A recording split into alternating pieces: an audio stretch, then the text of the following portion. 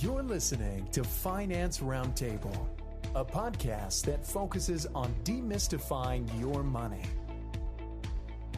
Your hosts, Professor Jacob Gold, Michael Koschel, and Kelvin Gold, will educate and entertain you on all areas related to personal finance.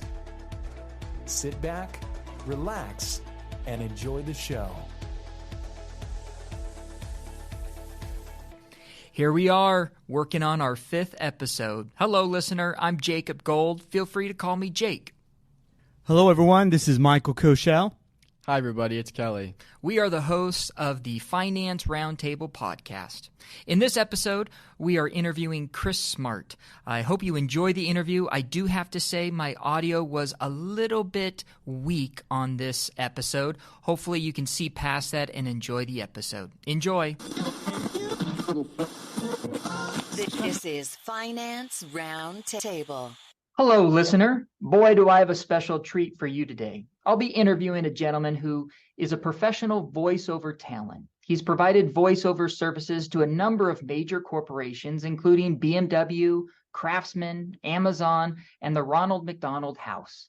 One of his most recent projects was recording the audiobook of one of my favorite personal finance books, Money Mindset, Formulating a Wealth Strategy in the 21st Century. For those listeners that are new to the Finance Roundtable podcast, Money Mindset is the title of my second book, which was published by Wiley & Sons back in 2015. This should be a fun episode. You're listening to the Finance Roundtable podcast. This is Finance Roundtable. Coming to you from Scottsdale, Arizona, I'm your host, Professor Jacob Gold, and you're listening to the Finance Roundtable podcast. Have you ever wondered about the process of creating an audiobook? If so, well, today you're in luck. We have a very interesting guest that's going to help us see behind the scenes of the process of recording an audiobook. But first, let me digress and give you a little backstory. I wrote Money Mindset, Formulating a Wealth Strategy in the 21st Century back in 2015 for my students at Arizona State University. What I found that is many of my students would come to my class and I didn't know how much they knew or didn't know about money.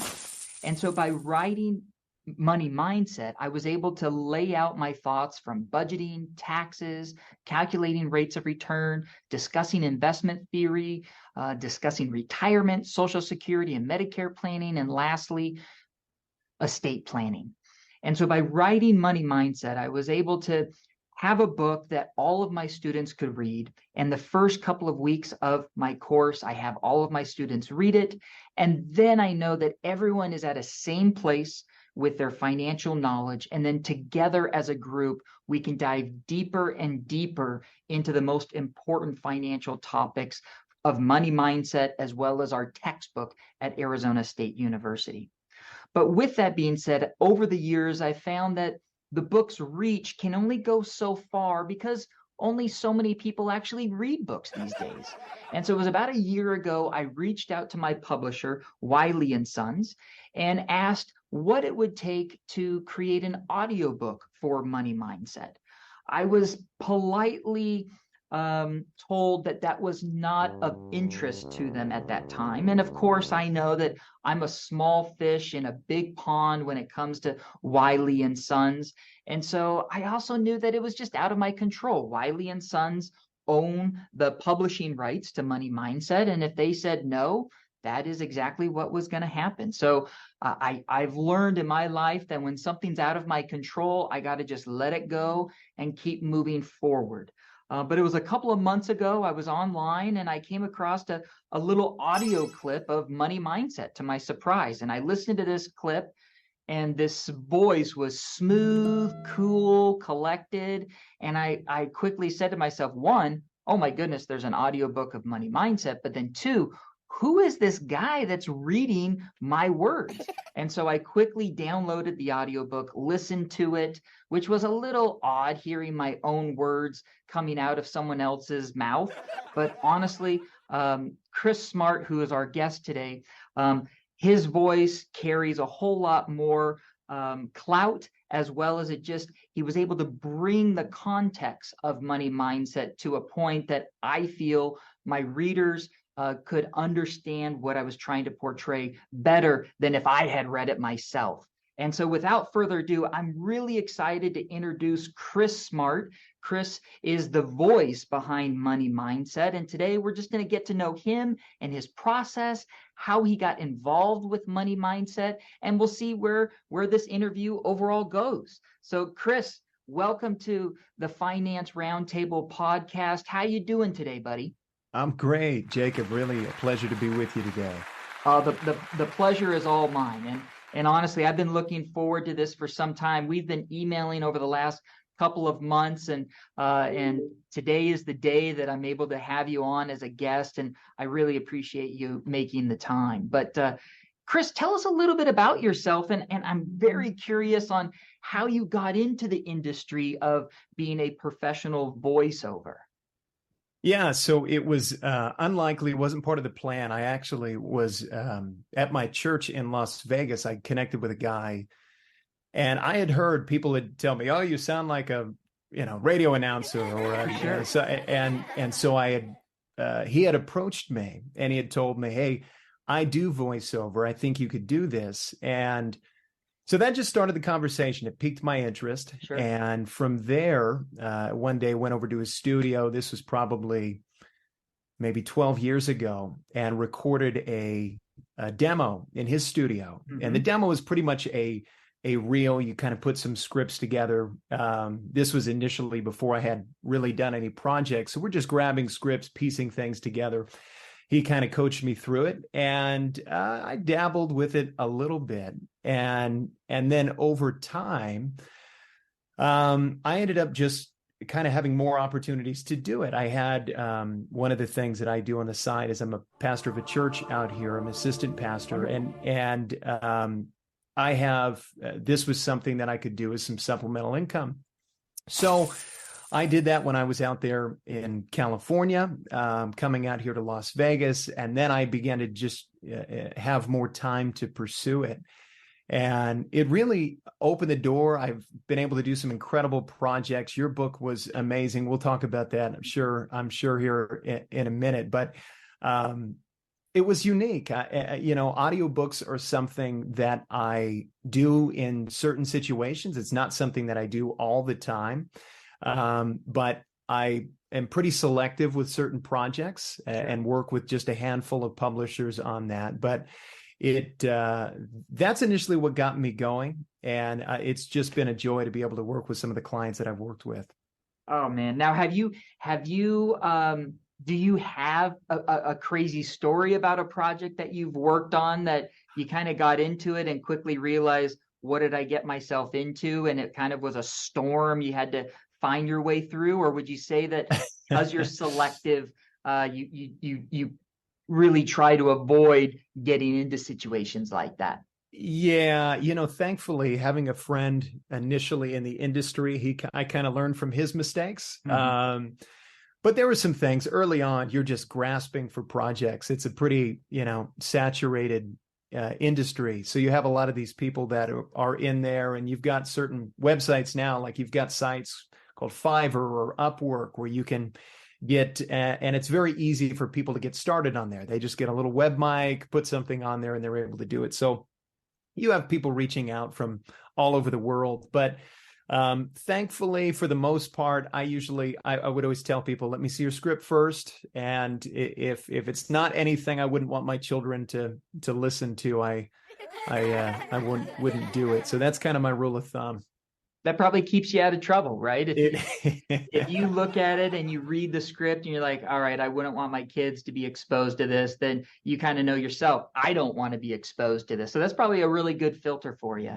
Absolutely. And, actually, funny story. So I know we're going to get into your book in just a minute, but on your book, one of the experiences, because occasionally, and especially an audiobook where this is a multi-hour, something that sometimes goes on for over the course of a few weeks. Sure. You just get in the zone and you're reading, and there's been things just in the past, more early on than I do now, but you mispronounce something, or you pronounce something as something, and then later on you don't realize it, but then you have been saying the same thing throughout the book, Sure. throughout hours, and you've got to comb through it, and it gets a little tedious. But Vanguard's My Orange Money thing that you'd recommended in there, for some reason, I had initially pronounced that as My Orange Monkey. What? And so Orange monkey. That's funny. I'm going through the editing process. My wife comes in my studio and she says, I don't think that's right. And I had just been in the zone working through it. And I take a step back, and of course it was like, of course that's not right. And I just didn't catch it. But anytime it came up, and when I would see that phrase, that's how I was pronouncing it. So anyway, that was an embarrassing story related to voiceover, at least on this project. Well, I can attest too. My wife is also a good filter for me as well. If I'm writing and I know that I get in the zone as well, and in my head as I'm reading it, my mind is assuming it is one thing, but it's actually something different. And it's not until I read it out loud or have someone else read it that they're able to pick up on things that I just blew past. So you must have a great relationship with your wife. I know that you'd mentioned too that you have 3 kids. Is that not correct? Yeah. So I've got my son Landon. He's 8 years old. I've got my daughter Charlotte, who's 7, and then our youngest little pistol, she's Abigail. She's 5 years old, so she just turned 5. Oh, man. So we've got our hands full over here. Yeah, you sure do. Oh, yeah. My gosh. Now, I have a question for you, Chris. Now, being a professional voiceover, do you have an agent, or are you doing all of this on your own of getting gigs, or is it a combination of you doing some things on the side and having an agent bring things to you? Or tell me a little bit more about that process. Yeah, so I do have agents, Mm-hmm. and the way that it'll work is a lot of times in voiceover, you'll have or at least how it was back in the day, and not so much anymore. It's kind of been decentralized, but you'd have people that were either union voice actors or non-union, and so I would be considered non-union. And there's, I work with a few different agencies, and they'll occasionally send me some demos and, see if I'm interested in a project. For some, you'll audition for that project amongst other talent. And then if they like you, or if the client likes you, then that agent will hire you, and you'll kind of proceed with the project. Others, I work directly with, video production companies. I've kindly, most of my work now, or what I've narrowed it down to now, is pretty much TV, radio, web commercials, e-learning, podcasts with you. That's been a joy. And also, just occasional things here and there, the occasional audiobook that comes through that I work with. There's a few publishers that will reach out to me for certain projects that they think my voice will fit. But that's kind of it in a nutshell. A lot of those video production companies are just ones that I've established relationships with, interacting with through the years, and they'll have clients. Those are oftentimes some of these big name clients that will reach out for commercials or, various other things. Wow, it's fascinating. This is an area of business that I don't know too much about, so I'm very curious about it. And I know that when we first started to connect, I had so many questions of like, hey, how did you get connected with Money Mindset? Tell me about the process.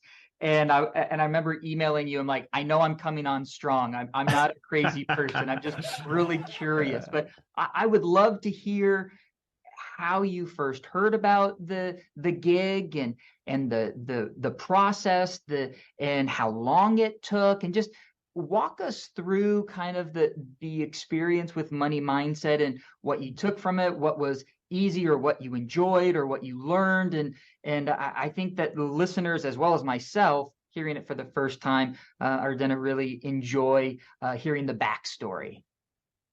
Yeah. So with Money Mindset, I actually had a publisher send me, or it wasn't the publisher, but this one was actually an organization, this one called Books Buddy Media. And so they had reached out and sent a script for what I knew was going to be a money-related book. They actually didn't even give me the title. And so they reached out to me. They sent me the script. And usually in those situations, you'll get about a page or two of the book for protection for the author, I'm sure, and various other things. So they sent me the page of the book. And usually that's kind of how I'll sift through it and scan and say, okay, is this something I want to do or not? And immediately, right off the bat, it starts off, and you're kind of making the case. It's in chapter 1, talking about how money is an energy source, right? And talking and going on later and talking about how there is no silver bullet, and it just resonated with me, just with my experience. There's some things that I do with the church, just counseling people going through that, my own personal experience, kind of growing up in a financially unstable environment, and it just was something that I wanted to do. So I ended up auditioning for it. They came back around and ended up getting the project. And as I got into it, I really, really genuinely enjoyed it. And I say that sincerely, not just because I'm on your show here. Oh my gosh. Now, how long did it take to record it? Was it all at once, or did you break it up over, a series of days or weeks? How does that work? And do you go to a studio or do you have a home studio? Tell me a little bit about that.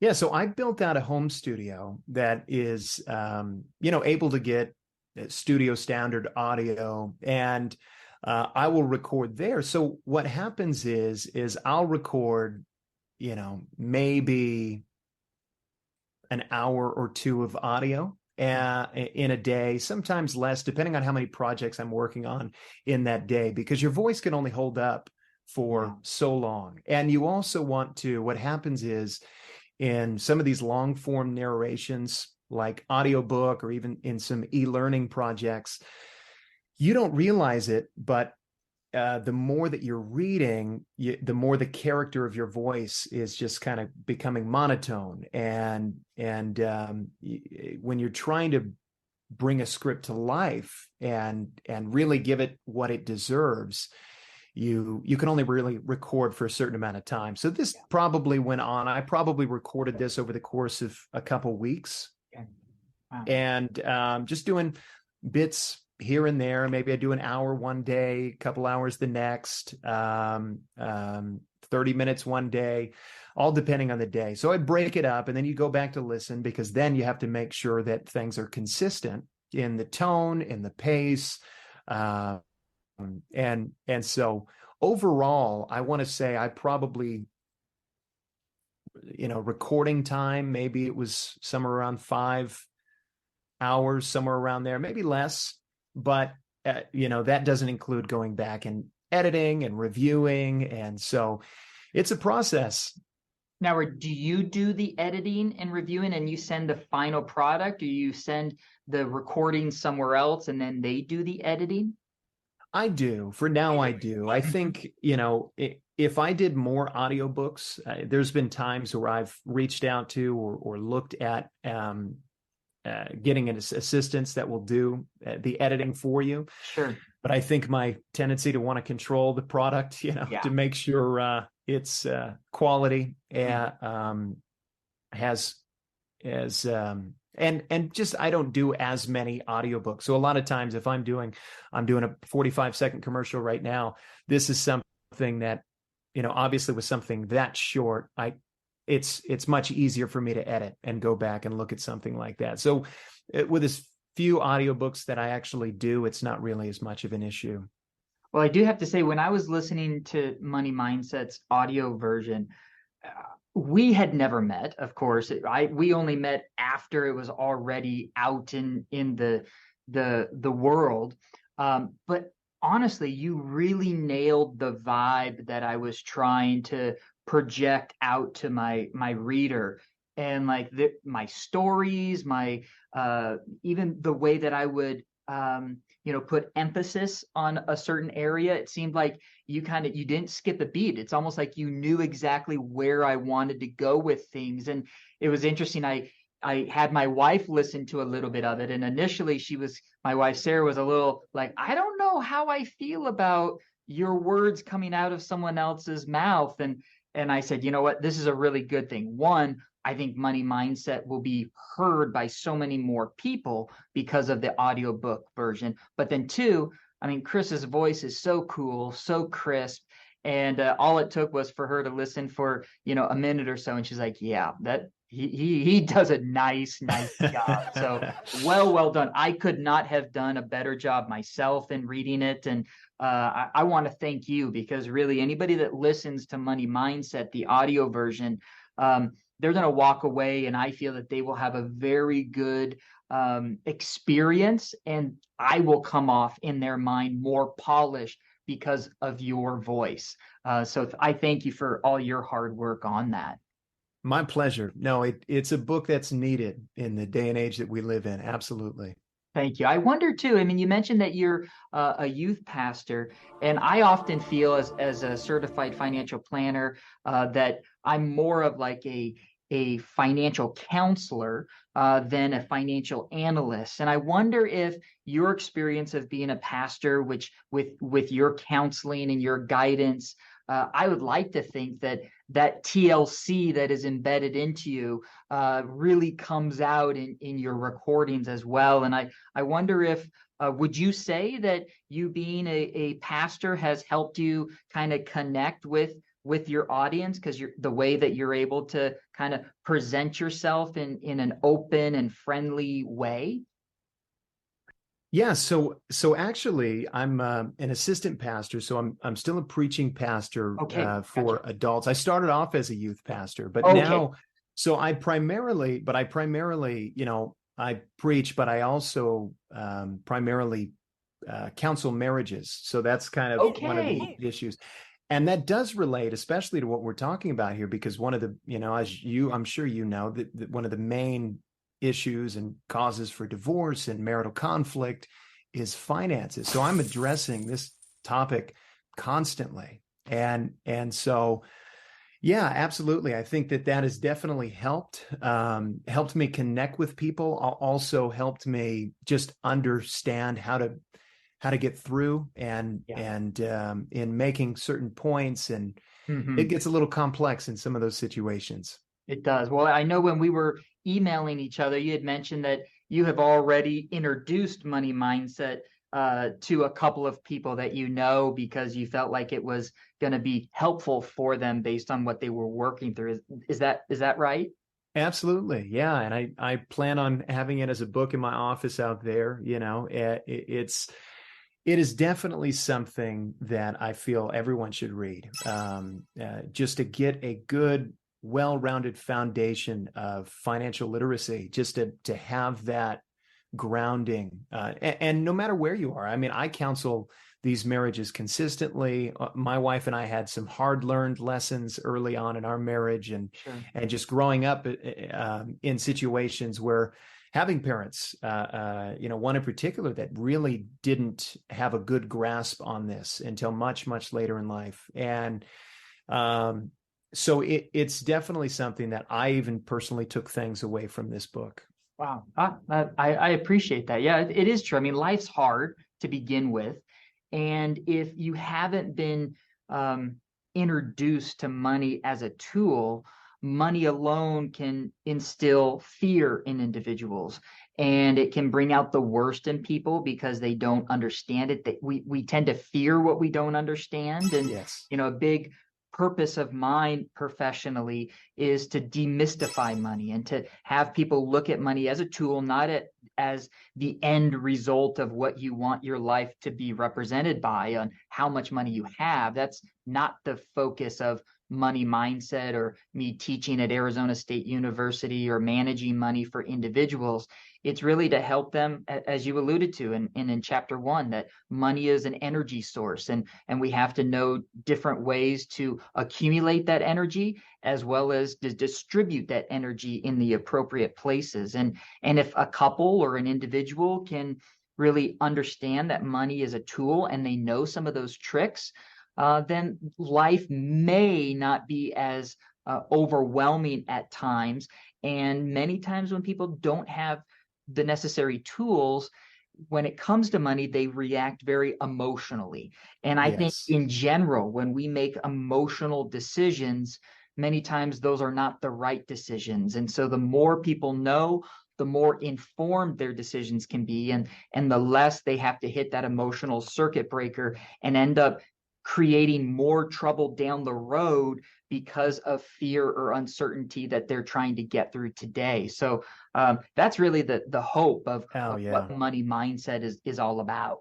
That's so good. And I loved in one of your chapters, you were talking about the science of fear and greed. And I think it's hard for people sometimes to acknowledge that, okay, I do have an emotional attachment to my money, or there's some kind of influence that my emotions have on my money. And I thought you, in a very tactful, or in a, just breaking down the science of it to where everyone can look down there and say, okay, yes, I can relate to that. And here's how I can overcome that. And I thought that was really, really brilliant.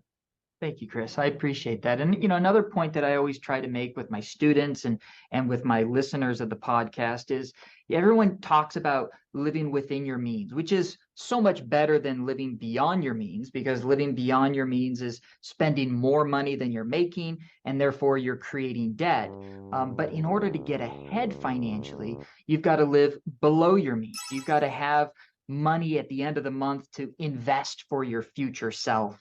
And so hopefully, one big takeaway for individuals is if they want to take control of their life, they first have to control their finances, and whatever income they're making, they've got to live below their means so they have something to save. And another big point I tried to make in Money Mindset is that retirement's going to be harder for you and me compared to our parents, or maybe even potentially our grandparents, for a couple of reasons. One, we're all living longer.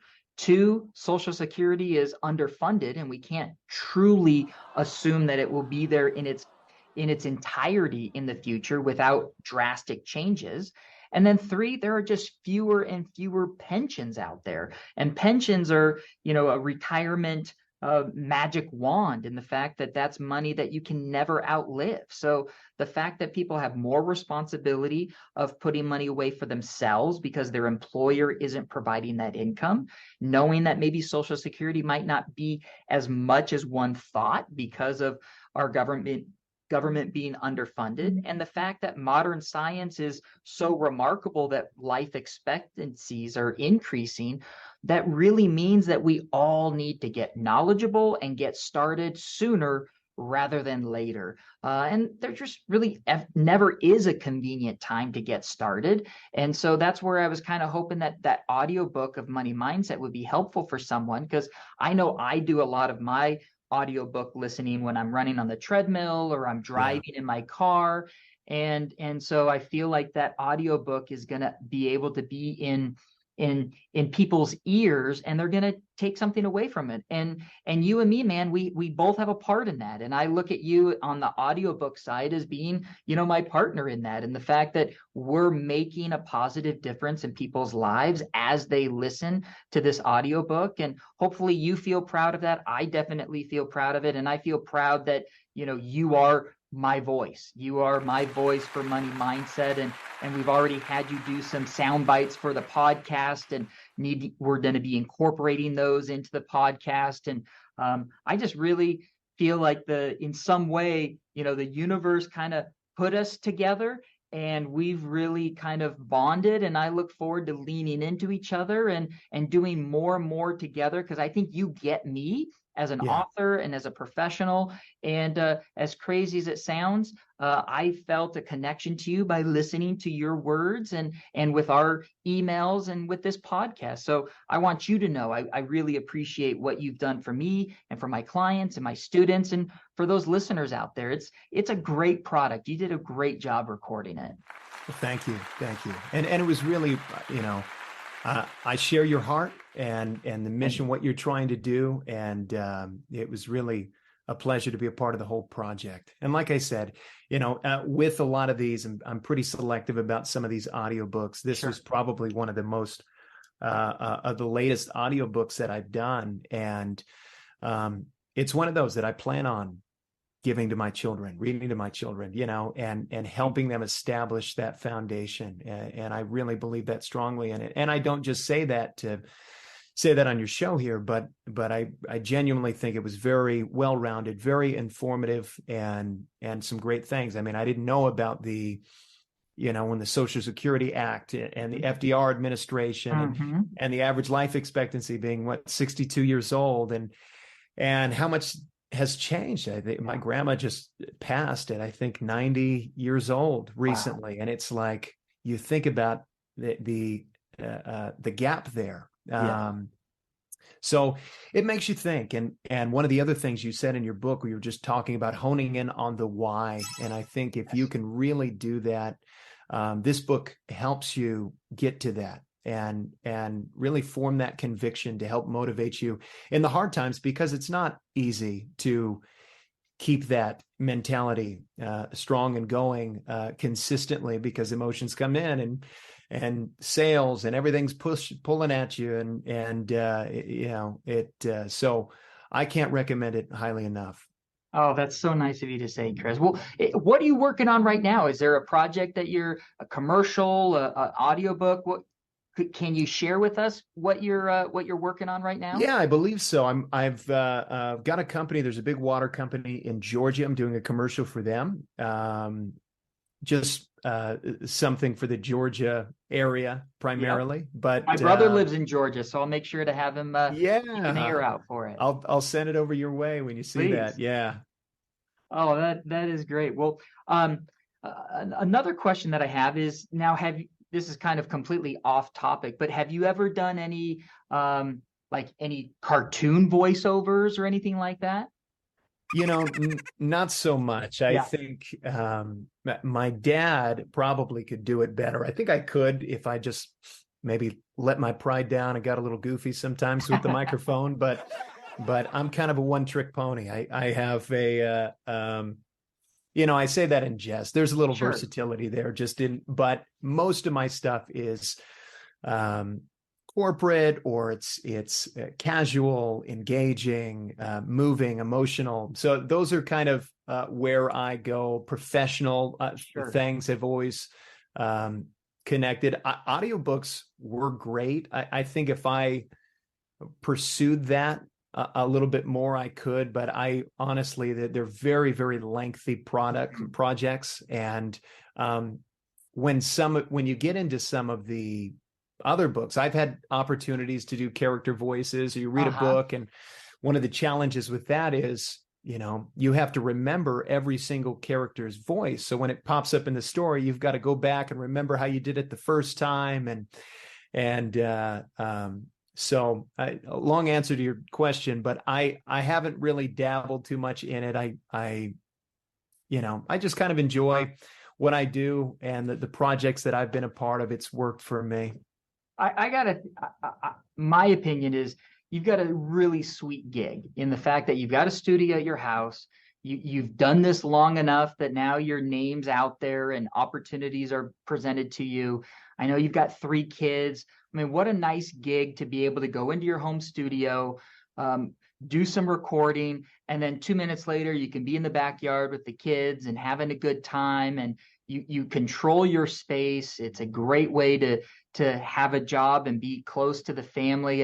It just seems like it's a good opportunity if you've got the voice and you've got the discipline, which you obviously do. Yeah. I'm a blessed man. I really am. And I'm very grateful for all the opportunities that I've had. It is an industry that provides you some flexibility, so I don't have to miss key moments between that and pastoring. It's just worked out great for me. So I'm very grateful for where I am. It's so great. Well, Chris, it has been such an honor having you as a guest. And if you're willing, I'd love to have you back on. I know today in this episode, you just have me. You haven't been introduced to my son, Kelly, or my business partner, Michael Koschel. Because of scheduling, they weren't able to be here. So you just had me today, but I'd love to introduce you to them and also just have you be part of the show. And as we evolve, to be honest, we're still learning what our mode of operation is. And I've told Kelly and Mike that it's probably going to take us a year before we kind of find our groove. But the fact that you made yourself available, I really appreciate that. And thank you for all the praise about money mindset. That is very kind of you, and I appreciate that very much. And for our listeners, anybody that wants to download that audiobook, anywhere where audiobooks are sold, whether it is Amazon or Apple or any other platform, you can find Money Mindset.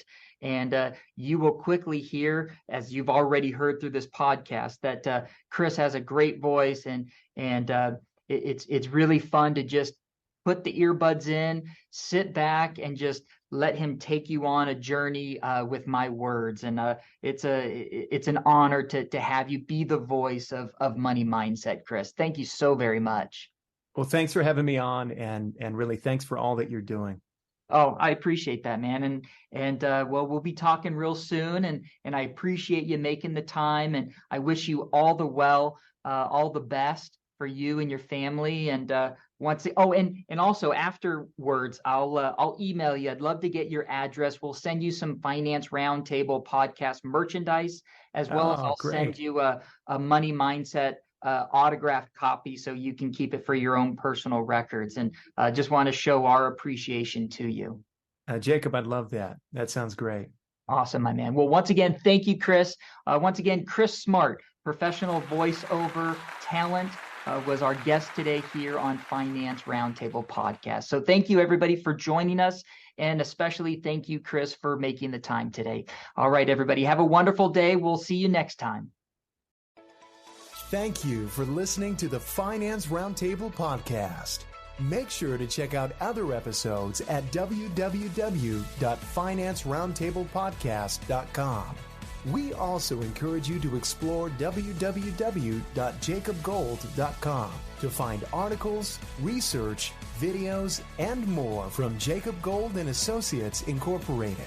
If you have a question that you would like to be answered on air, please call 480-998-4653, extension 12, and leave a message.